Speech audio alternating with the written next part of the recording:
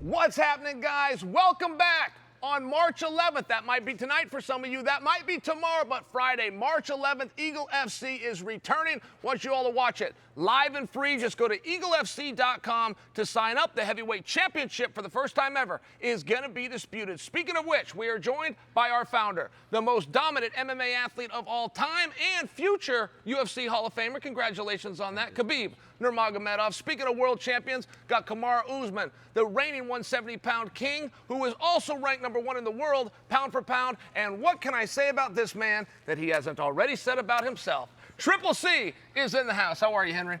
All right, guys, I want to get right into this because, Khabib, this is all about a belt. We were all young boys at one time, and we all had the same dream. It was getting that big belt put around us in front of the world. The heavyweight championship goes down tomorrow. First off, good job on the belt. Second off, what do you think of the matchup? You know, it's like we have very good matchup. Rizwan Konya versus Hamilton, Anthony Hamilton. You know, it's like Anthony Hamilton. He is like former UFC fighter. He have a lot of fight in UFC, and Rizwan is a real beast. You know, I see how he trained last couple of weeks in Vegas, and I watch almost all his fight here in Eagle FC. And he's real deal, you know. He finish opponents. He's very good on feet. He know how to wrestle. He know how to grapple. You know, it's like he's gonna be a problem for anybody in the world.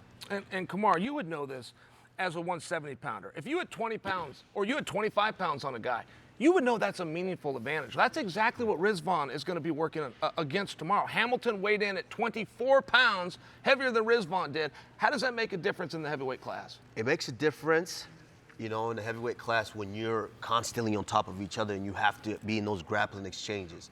But the way that Rizvan moves and the way that he fights, he's light on his feet, he's able to move around guys. I think that's going to be the difference, because if you're able to do that, you negate that exchange to where you don't necessarily have to have that physical exchange, to where you have all that weight on top of you. And of course, you don't want to be underneath him. But he's got the wrestling to be able to move around and to outwork this guy. And that's what I think it makes him the champion. You know, he's good in all facets of the game, and I think if he's able to just employ all of that, he's going to remain the champion. And Henry, you had a chance to sit down earlier with both Hamilton and Rizvan. What did you take away from those personal meetings? Who seemed to have a more game face, if you will? Well, I mean, talking to Rizvan, because we started with him in the beginning, it's almost like he has this composure to him. And when somebody has that composure to him, like not just in fighting, but when they actually speak, it's there's a demeanor that I really like from him. You know, this is the young gun versus an experienced former UFC fighter who was trying to, you know, he was fighting for the heavyweight champion of the world here at Eagle FC. So it's a clash of two people trying to make a name, but it's the young gun versus the experienced gorilla. Sure. And you know, Khabib, when we do talk about the magnitude of a championship fight, let alone the first heavyweight fight, but we then realize it's not the main event. Kevin Lee and the legend himself, Diego Sanchez, are going to be headlining a show, excuse me, in the first ever 165-pound weight class. How did you come to this matchup? You know, I'm very excited about this main event. You know, it's like Kevin Lee and Diego Sanchez, they already fight in UFC, fight for the title, you know, fight for the lightweight title, you know. And they have very big experience, you know, like even Kevin Lee, he is like 29 years old. He have big experience. He fight one of the biggest guy in the sport, and you know, and of course we have legend himself, Diego Sanchez. You know, it's like I'm very excited about this fight because this fight gonna happen in 165. This is not 155 or 170. This is a little bit different, you know. Even when you cut like 3 more kilo, you're like 5 pounds, like this is make difference fight, you know. This is about how you're gonna recover it. This is about like how much you're gonna cut, or maybe your opponent gonna cut more, or maybe you're gonna be lighter. It's like this is not heavyweight fight. This is 165, and this make like little bit difference. But I think if I'm gonna be coach both of them, I'm gonna give advice for Diego Sanchez. Make him tired. Just try to make him tired.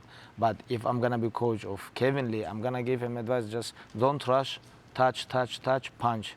Don't go all the time, like, don't try to finish him in first round, because Diego Sanchez, he have big experience, and he good on ground too. He doesn't go away, yeah, right? He's gonna be on your face all the time, you know. And like, it's gonna be very interesting and exciting fight. I'm very excited about this main event. So, Kamaru, the first time I ever heard the idea suggested of 165 pounds, it was from Kevin Lee. He was at a press conference and he was trying to pitch this to Dana White. Ben Askren quickly backs it up. 4, 5, 6 other guys that didn't want to have to deal with you get on board with it, but we never saw it. Essentially, Kevin Lee calling for a weight class, getting the weight class, and getting a main event spot. He's got some pressure on him, no? I'm a little bit mad at Khabib for being the first to really step out here and do this, because now you start to take food off my plate. You know, now you're starting something and next thing you know, it might spread like wildfire. Sure. The UFC might decide, you know what? Yeah, let's adopt that. And now I'm starting to lose contenders. So, but I'm excited because now you really give some of those guys that are hanging out in between those weight classes, you give them an opportunity for them to really excel. And that's what I think we're going to see here with guys like Kevin Lee. He called it, called the shot, and now here it is. And you're taking on a guy who is one of those guys that's annoying to fight. Yeah. He's not going to go away. Like, being honest with my assessment of both of their games right now, Kevin Lee's kind of the fresher fighter. You know, he's had recent competition at the highest level. So I would give him kind of a bit of an advantage in that aspect. But Diego Sanchez is just one of those guys who's crazy enough to not care about that, who's going to come forward, who's always going to stay in your face. And Kevin Lee, if you haven't worked on that gas tank to where you're able to keep that composure throughout the course of the fight, it could be a long night. But I've actually had the chance to witness him in camp. He's made a recent change down here to Sanford MMA to where, I mean, I watched this guy spar with some of the best strikers. And you're talking Kevin Lee. Kevin Lee. Grapplers to where I think towards the tail end of the camp, I'm starting to see him, and I see that he's dialed in. He's not basically acting on how he was before in his career. Because you come to a new gym, and we know it. You come to a new gym, and a gym like Sanford, you get beat on pretty well. But he was able to take it. He was able to dish it back, and I saw him keep his composure in there. I think it's going to translate in here, and I think we might be seeing a new Kevin Lee. All right, Henry, Coach Khabib put his coaching cap on a minute ago. He said if I was coaching, I would encourage Kevin Lee to get Diego tired. The number one way that Diego gets people tired is by the rope-a-dope. He will get beat. He will get beat till you're tired of hitting him. Is that a good strategy? Now you're talking about for Diego Sanchez or Kevin Lee? Diego Sanchez. Yeah, I mean, to reach its own, these guys are actually very similar. And if you look around, look at the size of this cage. This cage isn't the biggest cage in the world, so these guys are going to be nonstop action. That 5-pound difference, what Khabib was talking about, Chael, is a big difference because it's not the 5 pounds, it's what do you got to shave off or get off for those 5 pounds. A lot of people are in betweeners. That 15-pound difference, you drop it down to 10, people will compete a little bit different. Sure. The 165-pound weight division, and then 2, he always wanted to fight the man that he's fighting under now. You know, how ironic. Yeah. And to be able to, you know, and for everything kind of, you know, everything kind of comes full circle. This is going to be an action-packed fight. You got 2 fighters that have a chip on their shoulder that really want to demonstrate to the world who they are, and they're going to do it here at Eagle FC. Cool. Kamaru, I got to ask you a personal question. The last time I saw you was on something known as the internet, and you had come out of surgery. You hadn't told anybody, but your hand was all wrapped up. Then there was a talk of a delay with your fight with Leon, which, by the way, is a fight that I still have never heard a date of. How is the hand? I see it's not wrapped. What's up with the fight with Leon Edwards? Yeah, the hand is not wrapped. Surgery went well. And based on kind of the magnitude of the injury, which I didn't even realize at the time, I just felt like I knew something was wrong. They're telling me it's going to take some time. I got to give it the time and not rush it because, of course, I want to be in the gym. I was in the gym today trying to do whatever I could. I want to be back as soon as possible. But they're telling me not to rush it because this is a moneymaker, is my hands. Without my hands, I can't train. I can't do anything. I can't compete. So I'm going to take the time, but I've said it. You know, Leon Edwards is going to be the guy. And, you know, when that date is announced, I'm going to make it happen. All right, fellas, let's go around the horn here. I want to hear what fight you're most excited about on the card. One that we haven't talked about, of course, not the heavyweight championship, not our main event. I'll go first, and I'll just throw you Ray Borg. And it's really for personal reasons. I think that Ray Borg put on not only the fight of the night at the last Eagle FC, I thought it was the greatest fight of his career. Ray Borg was losing handily in the first round. His boxing wasn't enough, his wrestling wasn't enough. One time and went right to the liver with a shovel hook. I was sitting right down there. I saw him doing it. I didn't know this guy was this good of a boxer. Then you've got the personal story.